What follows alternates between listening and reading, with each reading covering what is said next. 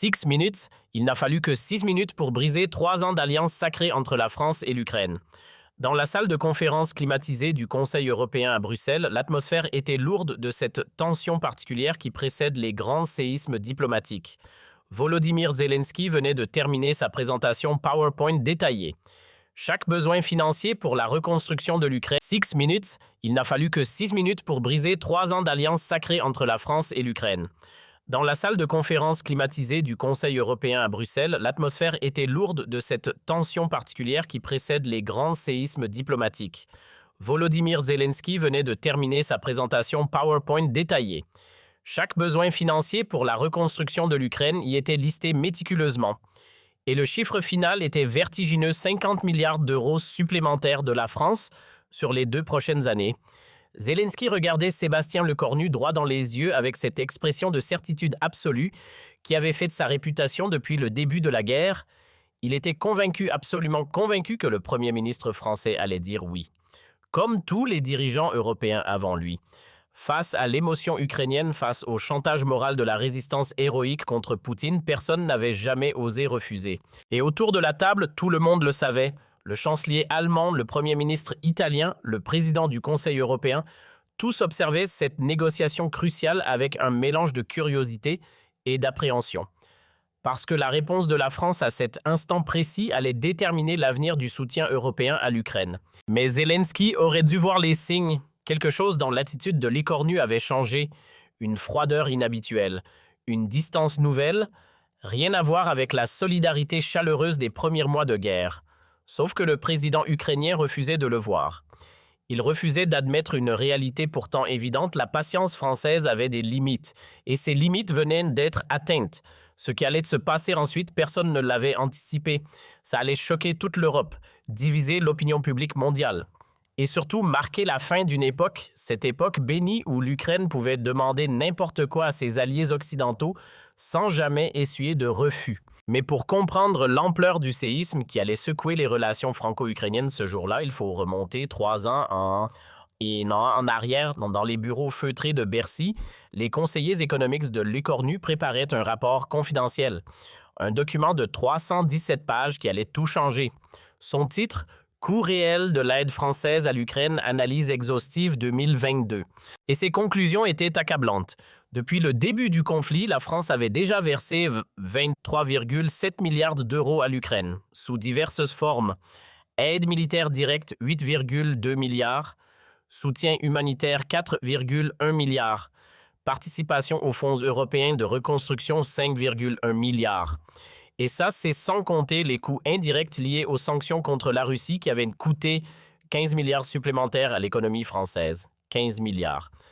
Lors de la présentation de ce rapport à Matignon, le constat était sans appel. Monsieur le Premier ministre, nous atteignons les limites de ce que la France peut supporter financièrement.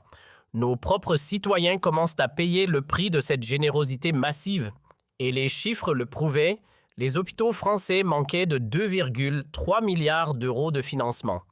L'éducation nationale réclamait 4,1 milliards pour rénover des écoles vétustes. Les agriculteurs français manifestaient chaque semaine. Faute de soutien suffisant face à la concurrence déloyale des céréales ukrainiennes subventionnées, mais le plus révélateur, c'était pas les chiffres officiels. C'était ce qu'on trouvait derrière. Une note confidentielle des services de renseignement français révélait comment l'aide occidentale était réellement utilisée en Ukraine. Et là, accrochez-vous, selon ces documents ultra secrets, moins de 60% de l'aide financière arrivait effectivement à destination. Moins de 60%. Le reste, il disparaissait. Dans les méandres de la corruption endémique ukrainienne, il finançait des achats d'armement à des prix surévalués, où il enrichissait directement l'oligarchie locale, celle qui avait su profiter de la guerre comme d'une opportunité commerciale. Et les exemples étaient accablants. 800 millions d'euros d'aide française destinée à reconstruire des écoles bombardées avaient servi à acheter du matériel scolaire à des prix 300% supérieurs au prix du marché, auprès d'entreprises appartenant mystérieusement à des proches du pouvoir ukrainien. 1 à 2 milliards d'aides humanitaires françaises avaient transité par des ONG écrans qui reversaient des commissions substantielles à des intermédiaires ukrainiens. Un haut fonctionnaire français au fait du dossier résumait la situation sans détour. C'est un système organisé de détournement à grande échelle. Zelensky le sait parfaitement. Mais il ferme les yeux parce que ça lui permet de maintenir sa base politique et de financer sa machine de guerre médiatique. Et cette réalité amère, elle avait profondément marqué le Cornu. Lui qui avait été l'un des soutiens les plus fervents de l'Ukraine, il découvrait progressivement l'envers du décor. Les rapports de l'ambassade de France à Kiev étaient accablants. Détournement massif, enrichissement des élites, utilisation politique de l'aide occidentale. Tout ça pendant que les Français, eux, découvraient avec amertume que leur générosité envers l'Ukraine se traduisait par des coupes budgétaires dans leurs propres services publics. Et puis, il y a eu le déclencheur final. Une enquête journalistique explosive publiée par le Canard enchaîné. Elle révélait que Zelensky lui-même possédait désormais un patrimoine immobilier personnel évalué à plus de 35 millions d'euros, acquis mystérieusement depuis le début de la guerre, des propriétés de luxe à Londres, Miami et Genève achetées par des sociétés écrans, pendant que l'Ukraine réclamait l'aumône internationale pour nourrir ses réfugiés. Cette révélation a fait l'effet d'une bombe dans les cercles dirigeants français. Un ministre proche de l'écornu posait la question qui brûlait toutes les lèvres: comment justifier auprès des Français qu'on donne des milliards à un pays dont le président s'enrichit personnellement? C'est dans ce contexte explosif que Zelensky avait convoqué un sommet extraordinaire à Bruxelles. Officiellement, l'objectif était de coordonner l'aide européenne pour la phase cruciale du conflit. En réalité, extorquer 200 milliards d'euros supplémentaires aux Européens, dont 50 milliards à la seule France. Et la stratégie de Zelensky, elle était rodée. Toujours le même schéma. D'abord, l'émotion. Des images terribles de destruction de villes rasées, de civils en fuite. Ensuite, le chantage géopolitique. Si l'Ukraine tombe, vous êtes les suivants. Et pour finir, la culpabilisation morale. Vous abandonnez un peuple héroïque. Cette méthode avait fonctionné pendant 3 ans, sans exception. Mais cette fois, Zelensky allait découvrir qu'il avait en face de lui un l'écornu transformé, durci par les révélations sur la corruption ukrainienne et porté par la colère montante des Français. Le sommet avait commencé à 14 heures précises dans la salle de réunion du Conseil européen. Zelensky, connecté en visioconférence depuis Kiev, portait son éternel t-shirt vert olive devenu sa marque de fabrique. Face à lui sur les écrans, les dirigeants des principales puissances européennes. Le Cornu pour la France, Scholz pour l'Allemagne, Meloni pour l'Italie et Charles Michel, président du Conseil européen. Mes chers amis européens, avait commencé Zelensky avec cette solennité théâtrale qu'il maîtrisait parfaitement. Nous entrons dans la phase décisive de notre lutte pour la liberté. Poutine mobilise toutes ses ressources pour un assaut final. L'Europe doit répondre à la hauteur de l'enjeu historique. Et puis c'était venu, le moment redouté, la présentation des besoins financiers. Avec un PowerPoint minutieusement préparé, Zelensky avait détaillé ses demandes. 50 milliards pour la défense, 75 milliards pour la reconstruction, 40 milliards pour l'aide humanitaire, 35 milliards pour la modernisation économique. Au total, 200 milliards d'euros sur 2 ans à répartir entre les pays européens selon leur poids économique. Et là, Zelensky avait regardé directement le cornu dans l'écran. La France, en tant que deuxième économie européenne, devra contribuer à hauteur de 50 milliards d'euros. C'est un investissement dans votre propre sécurité. Si l'Ukraine tombe, la Pologne, puis l'Allemagne, puis la France seront menacées. Le chantage était explicite, la menace à peine voilée. Zelensky utilisait sa technique habituelle, transformer chaque demande d'aide en ultimatum existentiel pour l'Europe. Sauf que cette fois, il allait découvrir que l'écornu n'était plus disposé à céder. Parce que le Premier ministre français avait préparé cette confrontation avec la même minutie qu'un chirurgien prépare une opération délicate. Pendant des semaines, ses équipes avaient compilé tous les chiffres, toutes les preuves, tous les documents qui allaient permettre de démonter méthodiquement la rhétorique ukrainienne. Gabriel Attal, ministre de l'Action et des Comptes publics, avait préparé un dossier accablant sur l'utilisation réelle de l'aide française. Chaque euro versé avait été tracé, chaque détournement documenté, chaque enrichissement illicite répertorié. Monsieur le Premier ministre, avait-il expliqué à l'écornu, nous avons les preuves formelles que l'Ukraine détourne massivement notre aide. Il faut que cela s'arrête. Mais l'écornu ne voulait pas seulement dénoncer la corruption. Il voulait porter un coup plus profond, plus politique, rappeler à l'Ukraine et à toute l'Europe que la France avait ses propres priorités, ses propres besoins, ses propres citoyens à protéger. Et quand Zelensky eut terminé sa présentation, un silence pesant s'installa dans la salle. Tous les regards se tournèrent vers Lecornu. Tout le monde dans cette salle savait que la réponse française allait déterminer la suite des événements. Et c'est à ce moment-là que le Premier ministre français prit la parole, avec cette froideur courtoise qui caractérisait son style diplomatique. « Monsieur le Président Zelensky, commença-t-il d'une voix posée, je vous remercie pour cette présentation très détaillée. Permettez-moi maintenant de vous présenter quelques chiffres que vous ne connaissez peut-être pas. » Et là, Lecornu ouvrit un dossier rouge, marqué « Confidentiel », et il commença à égrener des données qui firent pâlir l'assistance. Depuis février 2022, la France a versé exactement 23,7 milliards d'euros à l'Ukraine. Cela représente un montant considérable par foyer fiscal français. Pour une famille française moyenne, c'est l'équivalent d'1 mois et demi de salaire. Zelensky tentait d'intervenir, mais Lecornu continuait, imperturbable. Ces 23,7 milliards auraient pu financer 47 nouveaux hôpitaux, ou rénover 12 000 écoles françaises, ou créer 340 000 emplois dans l'économie verte. Au lieu de cela, nous les avons donnés à l'Ukraine. Avec quel résultat? La question claqua comme un fouet. Zelensky balbutia « Monsieur le Premier ministre, vous ne pouvez pas comparer. » Lecornu l'interrompit sèchement « Si, je peux comparer. Et je vais même vous dire exactement où sont passés nos milliards. » Ce qui suivit fut un démontage systématique, implacable.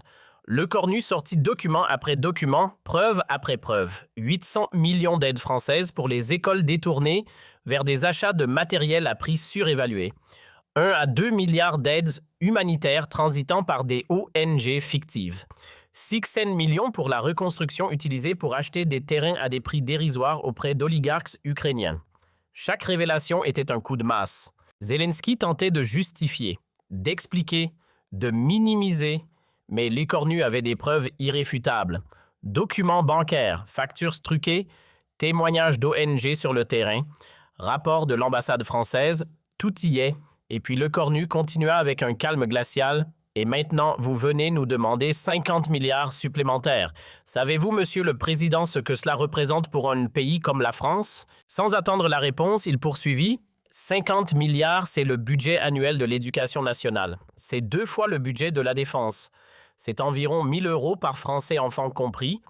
Et vous voulez que nous donnions cette somme à un pays au titre où 40% de l'aide disparaît dans la corruption. Pour la première fois depuis le début de la guerre, un dirigeant occidental osait tenir tête à Zelensky.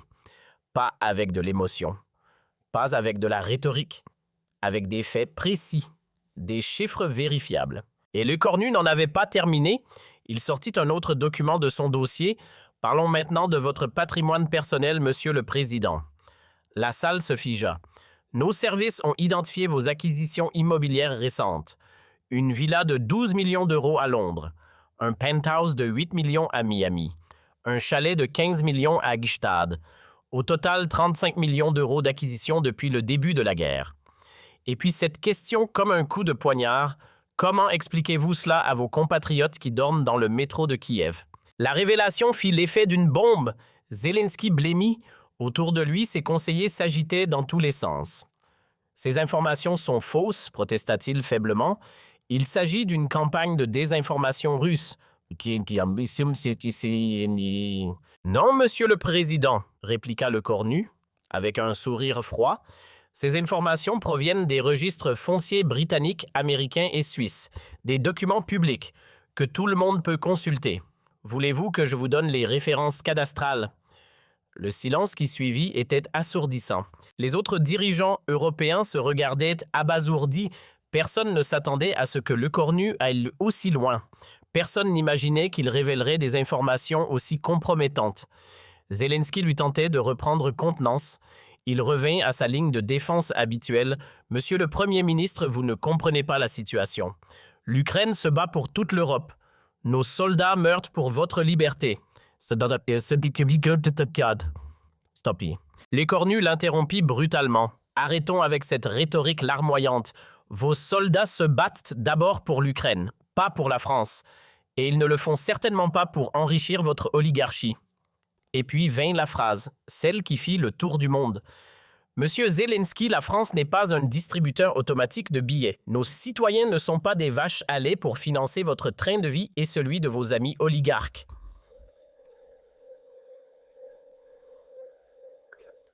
L'explosion fut immédiate. Zelensky se leva visiblement hors de lui. Comment osez-vous, l'Ukraine se sacrifie pour l'Europe et vous nous insultez? Les autres dirigeants tentaient de calmer le jeu. Mais il était trop tard. La rupture était consommée. L'écornu resta imperturbable. Pas un frémissement. Je ne vous insulte pas, je vous présente la réalité. La France a déjà donné 23,7 milliards à l'Ukraine. C'est énorme, c'est généreux, c'est sans précédent. Mais maintenant, c'est terminé. Pas un euro de plus. Tant que vous n'aurez pas fait le ménage dans votre système de corruption. Zelensky cria « Vous abandonnez l'Ukraine? Vous faites le jeu de Poutine ?» « Non, répondit calmement le cornu. Je défends les intérêts de la France et des Français. Mon devoir n'est pas de financer indéfiniment la corruption ukrainienne. Mon devoir, c'est de protéger le pouvoir d'achat des familles françaises. » Et puis vint le coup de grâce, la phrase qui acheva tout. D'ailleurs, puisque vous semblez avoir des difficultés financières, pourquoi ne vendez-vous pas vos propriétés de Londres et de Miami 35 millions d'euros? Cela pourrait être ici, ça pourrait aider quelques familles ukrainiennes, non? C'en était trop. Zelensky perdit son sang-froid. Il quitta la visioconférence en claquant virtuellement la porte, laissant les autres dirigeants européens dans un silence stupéfait. L'onde de choc fut immédiate et planétaire. En quelques minutes, les extraits de cet échange faisaient le tour des réseaux sociaux. Le débat devint mondial. D'un côté, ceux qui applaudissaient la fermeté française, de l'autre, ceux qui dénonçaient l'abandon de l'Ukraine. En France, la réaction fut massivement positive. Selon un sondage Express, 79% des Français approuvaient de la position de leur Premier ministre. Marine Le Pen salua le réveil de la France. Jean-Luc Mélenchon applaudissait le courage de dire non aux oligarques. Pour une fois, droite et gauche étaient d'accord. Mais c'est en Ukraine que l'impact fut le plus dévastateur. Pour la première fois depuis le début de la guerre, Zelensky essuyait un refus catégorique d'un allié majeur. Et pire encore, ses enrichissements personnels étaient révélés au grand jour. Sapant sa crédibilité de leader héroïque, l'opposition ukrainienne muselée depuis le début du conflit commença enfin à relever la tête. Petro Poroshenko déclara que Zelensky devait des explications au peuple ukrainien sur ses acquisitions immobilières. Vitali Klitschko, maire de Kiev, exigea une enquête parlementaire sur l'utilisation de l'aide occidentale. Et le pire pour Zelensky, c'est que ça ne s'arrêta pas à la France. D'autres pays européens commencèrent à emboîter le pas. L'Allemagne annonça qu'elle réévaluerait son aide à l'Ukraine. L'Italie évoqua la nécessité de plus de transparence. Et même la Pologne, soutien indéfectible de l'Ukraine depuis le premier jour, se dit préoccupée par certaines révélations. Quand la Pologne commence à douter, c'est que la situation est grave. C'est grave. De l'autre côté de l'Atlantique, l'administration Biden était dans l'embarras. Joe Biden avait promis un soutien sans faille à l'Ukraine. Mais les révélations françaises sur la corruption changeaient complètement la donne.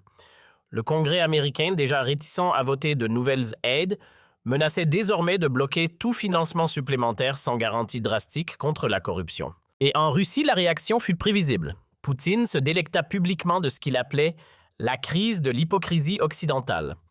La propagande russe tournait en boucle ces images de l'affrontement l'écornu-Zelensky, les présentant comme la preuve de l'effondrement de la solidarité européenne. Mais l'impact le plus durable, le plus profond, ce fut celui sur l'opinion publique européenne. Pour la première fois depuis le début du conflit, les citoyens européens découvraient la réalité de l'aide à l'Ukraine. Les détournements, la corruption, l'enrichissement personnel des élites, et cette révélation changea profondément la perception du conflit ukrainien. 6 mois après cette confrontation historique, les conséquences étaient là. Durables, irréversibles, l'aide européenne à l'Ukraine avait chuté de 60%. Zelensky, affaibli politiquement, devait faire face à une contestation interne croissante. Plusieurs oligarques ukrainiens furent contraints à l'exil, leurs biens saisis. Mais le plus remarquable dans toute cette histoire, c'était la transformation de Lecornu. Le Premier ministre français était devenu le symbole d'une Europe qui osait enfin dire non, qui défendait ses propres intérêts au lieu de se sacrifier indéfiniment pour des causes lointaines et douteuses.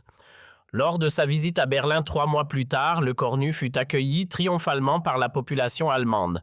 Des pancartes « Merci Le Cornu » fleurissaient dans les rues. Le chancelier Scholz lui-même reconnut que la France avait ouvert les yeux de l'Europe. Et cette transformation en leader européen incontestable culmina lors du sommet de Rome.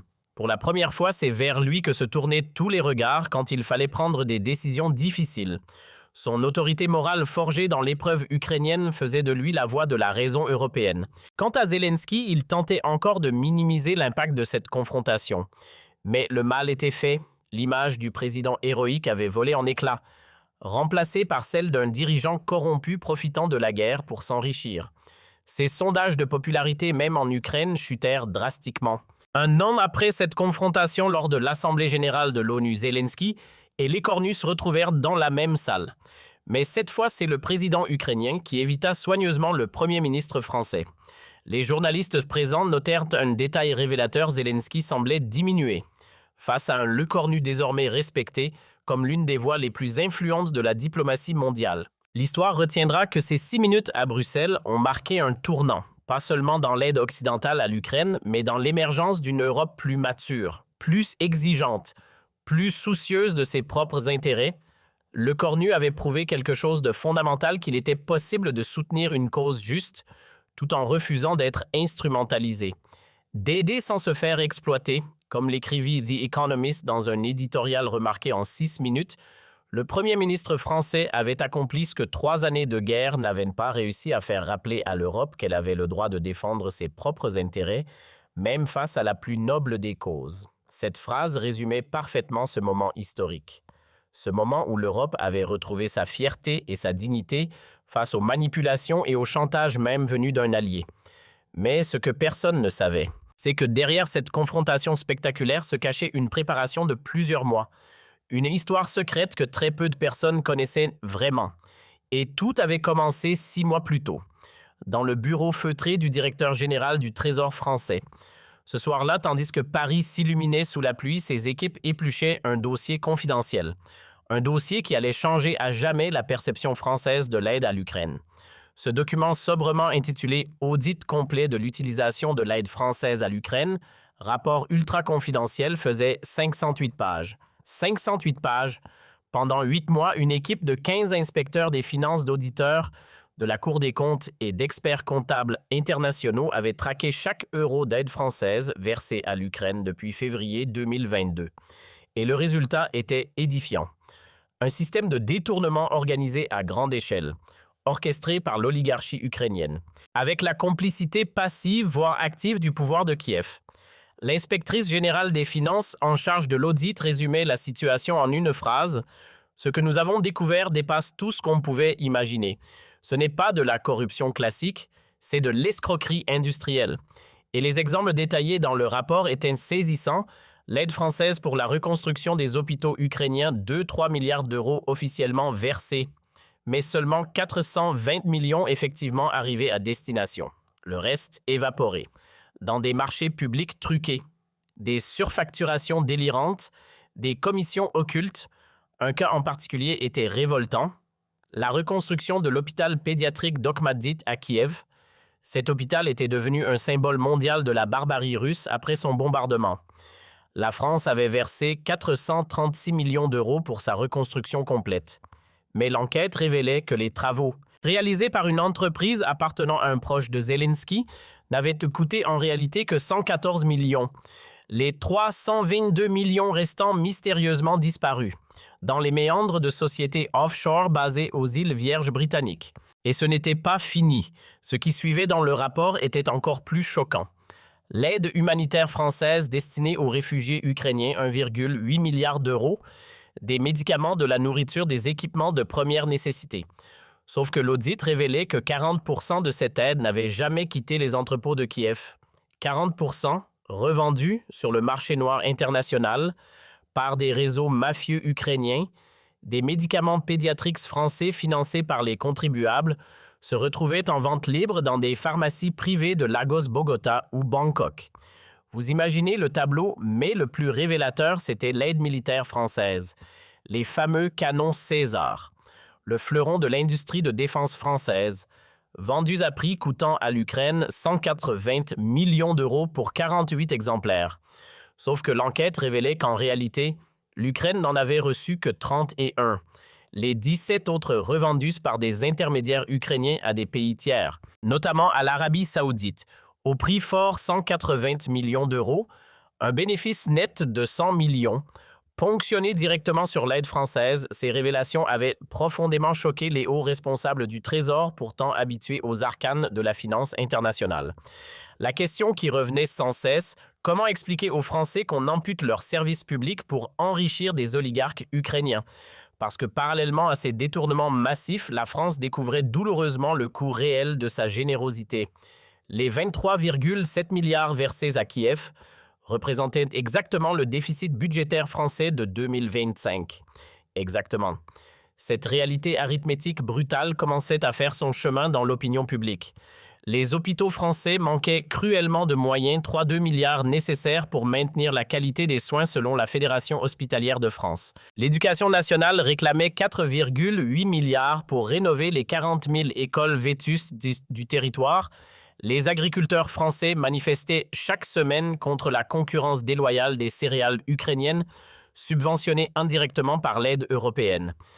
Et pendant ce temps, l'oligarchie ukrainienne s'enrichissait, avec l'argent des contribuables français. Cette contradiction explosive avait été parfaitement résumée par un rapport confidentiel de l'IFOP. 67% des Français commençaient à s'interroger sur le bien fondé de l'aide massive à l'Ukraine. Le directeur de l'Institut de sondage résumait brutalement la situation. Les Français découvrent qu'ils paient pour les yachts des oligarques ukrainiens pendant que leurs propres hôpitaux ferment. Mais ceux qui avaient vraiment décidé le cornu à durcir le ton, c'était autre chose. Une note ultra confidentielle de la DGSE, les services de renseignement extérieurs français. Cette note révélait l'ampleur du patrimoine personnel acquis par Zelensky depuis le début du conflit. Un ancien haut responsable du renseignement avait personnellement remis ce dossier explosif au Premier ministre lors d'une réunion secrète à Matignon. « Monsieur le Premier ministre, avait-il déclaré, ce que je vais vous révéler va vous choquer, mais vous devez connaître la vérité sur votre allié ukrainien. » Le dossier était accablant. Depuis février 2022, Zelensky avait acquis par le biais de sociétés écrans un patrimoine immobilier évalué à, accrochez-vous, non pas 35 millions d'euros comme cela avait été révélé publiquement, mais 47 millions, selon les dernières acquisitions identifiées par les services français. Et la liste était impressionnante. Une villa de 16 millions d'euros dans les Hamptons, achetée en septembre 2024 via une société panaméenne. Un penthouse de 12 millions à Dubaï acquis en décembre 2024 par une fiducie suisse. Un domaine viticole de 8 millions en Toscane acheté en février 2025 via une société maltaise. Et ce n'est que l'immobilier. Sans compter les investissements financiers, 23 millions d'euros placés dans des fonds d'investissement luxembourgeois, 15 millions en crypto-monnaie, 8 millions en œuvres d'art conservées dans des coffres sécurisés. Au total, et c'est là que ça devient vertigineux, le patrimoine de Zelensky était passé de 1 500 000 euros en février 2022 à plus de 90 millions, une croissance de 6 000% en 3 ans, pendant que son pays était en guerre. Pendant que son peuple demandait l'aumône internationale. Cette révélation avait glacé le sang de l'écornu. Comment justifier l'aide française à un homme qui s'enrichissait aussi scandaleusement sur le dos de la tragédie ukrainienne? Mais le plus révoltant était encore à venir. Un complément d'enquête révélait que ce n'était pas que Zelensky. Plusieurs de ses proches avaient également constitué des fortunes colossales depuis le début du conflit. Son chef de cabinet présidentiel possédait désormais un patrimoine de 34 millions. Un oligarque considéré comme son mentor avait multiplié sa fortune par 4 malgré les sanctions internationales. L'homme le plus riche d'Ukraine était devenu l'une des 100 premières fortunes mondiales grâce au contrat de reconstruction financé par l'aide occidentale. Un ancien haut responsable du renseignement avait conclu l'analyse de manière brutale. C'est un système mafieux organisé. Zelensky n'est pas un président héroïque. C'est le chef d'une organisation criminelle qui utilise la guerre pour s'enrichir massivement. Cette analyse brutale mais documentée avait définitivement convaincu l'écornu. Il fallait changer radicalement d'approche avec l'Ukraine. Et la préparation de la confrontation de Bruxelles allait être minutieuse. Rien n'était laissé au hasard. Pendant des semaines, une cellule de crise avait été constituée à Matignon. Elle regroupait les meilleurs experts français. Économie ukrainienne, corruption internationale, blanchiment d'argent. Le sous-gouverneur de la Banque de France avait apporté son expertise sur les flux financiers. Une ancienne juge d'instruction spécialisée dans les affaires financières avait analysé les mécanismes de détournement. Un célèbre lanceur d'alerte connu pour avoir fait trembler le système bancaire suisse avait décortiqué les montages offshore ukrainiens. Et l'analyse juridique était sans appel. Lors d'une de ces réunions secrètes, l'ancienne juge avait été catégorique « Monsieur le Premier ministre, ce que fait Zelensky, c'est de l'escroquerie aggravée en bande organisée. Dans n'importe quel autre contexte, il serait poursuivi par toutes les justices occidentales. Mais la guerre lui sert de bouclier. » Cette conclusion avait renforcé la détermination de Lecornu à agir. Et la stratégie était claire, confronter Zelensky avec des preuves irréfutables, l'acculer avec des chiffres indiscutables, le déstabiliser avec des révélations qu'il ne pouvait pas nier. Le lanceur d'alerte avait insisté, il faut le prendre en flagrant délit de mensonge. Quand un escroc est démasqué publiquement, il perd toute crédibilité. Et pour tester sa préparation, Lecornu avait organisé plusieurs simulations. Dans la salle de crise de Matignon, ses conseillers jouaient le rôle de Zelensky, utilisant sa rhétorique habituelle, ses techniques de manipulation émotionnelle. « Monsieur le Premier ministre, vous abandonnez l'Ukraine dans son heure la plus sombre », criait un conseiller, reprenant les arguments prévisibles du président ukrainien. « Vous faites le jeu de Poutine ?» Et Lecornu répondait calmement, méthodiquement, sortant document après document, chiffre après chiffre. À chaque simulation, il perfectionnait sa technique, affinait ses arguments, préparait ses contre-attaques. L'entraînement était allé encore plus loin, il avait même inclus la gestion du stress psychologique. Un psychologue spécialisé dans la négociation de crise avait travaillé avec Lecornu, spécifiquement sur sa résistance aux manipulations émotionnelles. Zelensky va utiliser toute sa palette, avait expliqué le spécialiste. Culpabilisation, victimisation, chantage affectif. Il va tout essayer, votre force, c'est de rester sur le terrain factuel. Quoi qu'ils disent. Et 3 jours avant le sommet de Bruxelles, Lecornu avait organisé une ultime répétition générale, dans le salon Napoléon de Matignon, transformé pour l'occasion en réplique de la salle de conférence européenne. La dernière simulation. Et cette fois, ce n'était pas n'importe qui en face. C'était le directeur général du Trésor lui-même qui jouait Zelensky, utilisant toute son expérience de négociateur international pour reproduire les intonations, les stratégies, la théâtralité du président ukrainien. « Sébastien, vous trahissez nos valeurs européennes », avait-il lancé avec exactement le ton dramatique de Zelensky. « L'histoire vous jugera. » Lecornu avait répondu avec une froideur parfaite, « Cessez le théâtre. Parlons chiffres et comptes bancaires. » Sourire en face. Parfait, vous êtes prête à l'écraser. Le voyage vers Bruxelles s'était déroulé dans une atmosphère tendue. Dans l'avion gouvernemental, Lecornu relisait une dernière fois ses notes, mémorisait les derniers chiffres. Son équipe l'entourait, apportant les ultimes ajustements, les dernières précisions. « N'oubliez pas », lui rappela son conseiller principal, « chaque révélation que vous ferez sera une bombe. Zelensky va s'effondrer sous le poids des preuves. » À Bruxelles, l'atmosphère était déjà électrique. Bien avant le début du sommet, dans les couloirs du Conseil européen, les journalistes sentaient qu'un événement majeur se préparait. Les correspondants diplomatiques échangeaient leurs informations, leurs analyses, leurs prédictions. Certains avaient eu vent de tensions entre Paris et Kiev. Mais personne n'imaginait l'ampleur de ce qui allait se jouer. Et Zelensky, selon ses proches collaborateurs, il semblait confiant. Il avait préparé sa présentation habituelle, image de destruction, appel à l'émotion, chantage géopolitique, la tactique qui avait fonctionné pendant 3 ans.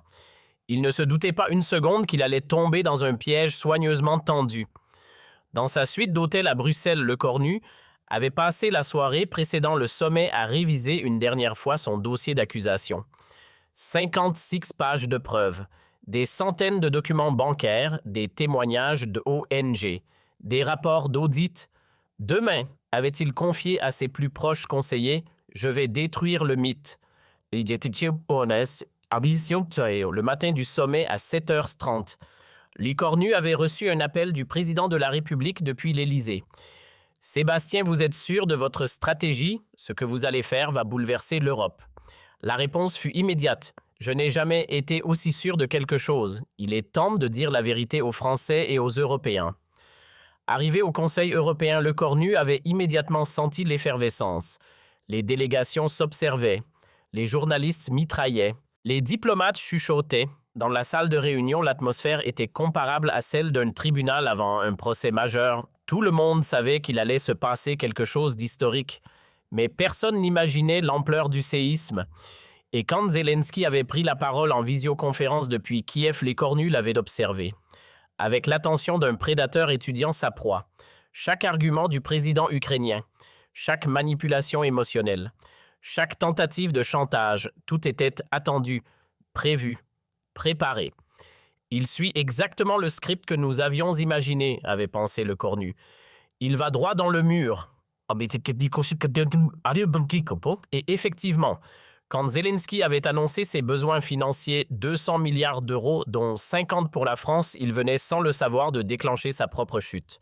Lecornu avait souri intérieurement. Le piège était refermé. Car ce que Zelensky ne savait pas, ce qu'il ne pouvait pas savoir, c'est qu'à ce moment précis, 3 événements simultanés allaient amplifier l'impact de la confrontation de manière colossale. À Paris, le Canard enchaîné s'apprêtait à publier en exclusivité des extraits du rapport d'audit français sur la corruption ukrainienne. À Londres, The Guardian préparait un dossier complet sur le patrimoine immobilier de Zelensky. Et à Washington, The Washington Post enquêtait sur les détournements de l'aide américaine par l'oligarchie ukrainienne. 3 bombes, 3 capitales.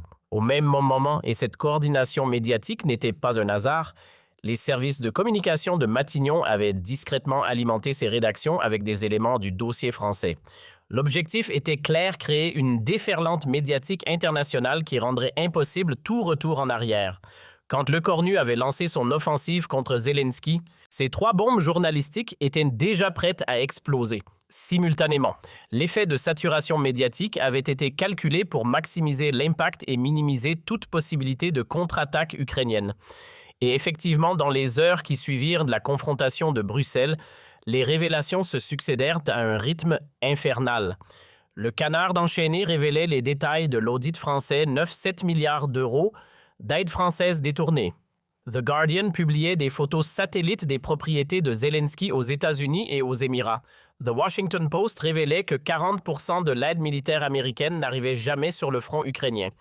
L'effet fut dévastateur. En quelques heures seulement, le héros de la résistance ukrainienne se transformait en oligarque corrompu aux yeux de l'opinion publique occidentale. Les sondages européens montrèrent un effondrement spectaculaire du soutien à l'aide ukrainienne. En France, l'opposition à l'aide passa de 33% à 60% en une semaine, mais c'est en Ukraine même que l'impact fut le plus destructeur. L'opposition muselée depuis 3 ans sortit enfin de son silence. Petro Poroshenko organisa une conférence de presse explosive exigeant la démission de Zelensky et des élections anticipées. Vitali Klitschko, maire de Kiev, appela à une épuration démocratique du pouvoir ukrainien. Yulia Tymoshenko, ancienne première ministre, dénonça ce qu'elle appela la mafia Zelensky qui saigne l'Ukraine. Et plus grave encore, l'armée ukrainienne commença à montrer des signes de défection. Plusieurs généraux publièrent une lettre ouverte critiquant l'enrichissement scandaleux des dirigeants pendant que les soldats, eux, manquaient de munitions. L'ancien commandant en chef limogé par Zelensky déclara depuis Londres que la corruption au sommet de l'État ukrainien était devenue un problème de sécurité nationale. Cette crise interne ukrainienne déboucha sur quelque chose que personne n'avait vu venir, des manifestations massives dans les principales villes du pays. À Kiev, 200 000 personnes descendirent dans les rues pour exiger la démission de Zelensky.